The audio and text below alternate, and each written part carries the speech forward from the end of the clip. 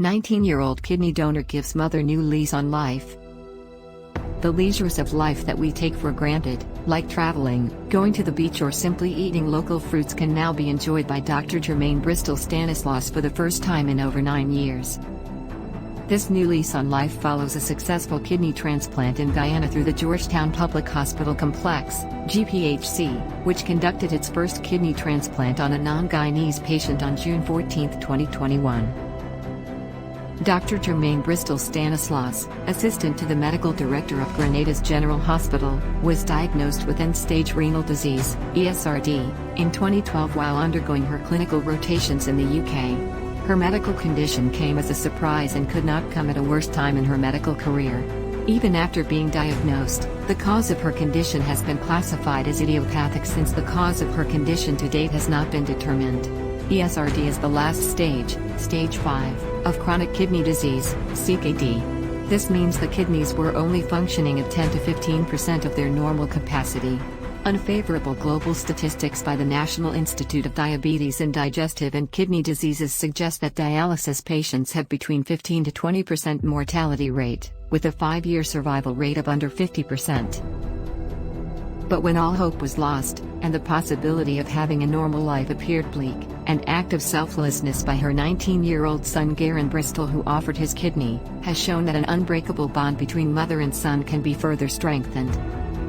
My son and I have always had a close relationship since I was a single mother, and he volunteered his kidney and was upset that I even asked if he was sure he wanted to do it, Dr. Bristol Stanislaus said. Living with end-stage renal disease has been a very difficult time in Grenada. With only one dialysis center and the constant 2 malfunctioning machine or lack of supplies to provide treatment, I had many missed treatments, hospitalization with uremia, and had to travel to Trinidad multiple times.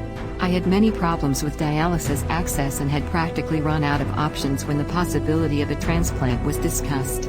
My son volunteered, and we had to send samples to Miami to test and find out if he was a suitable match. The test cost almost $4,000.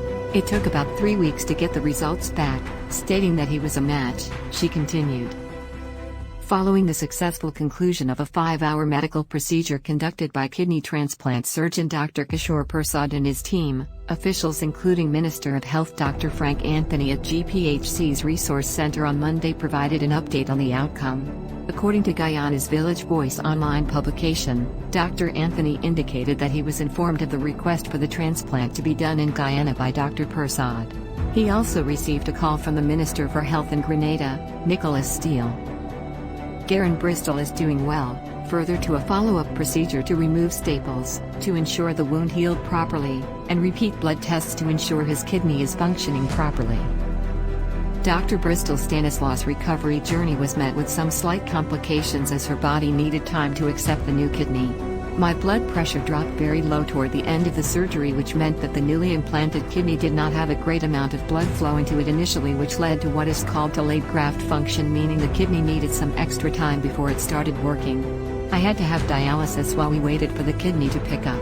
Also, being on immunosuppressive drugs to prevent rejection also causes delayed wound healing, so my wound had to remain open for an extended period, she said.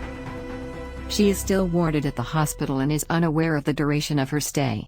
I am uncertain when I will be discharged as yet, but when I will initially have to have a constant follow-up about twice weekly, then later once a month. Regular blood tests and ultrasound to monitor graft function.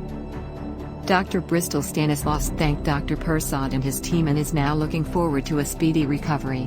She reflected that she was quite fortunate to receive a kidney transplant in such a quick time. Grenada faces tremendous challenges concerning the cost of dialysis treatments, which can cost upwards of $9,000 East Caribbean dollars per month.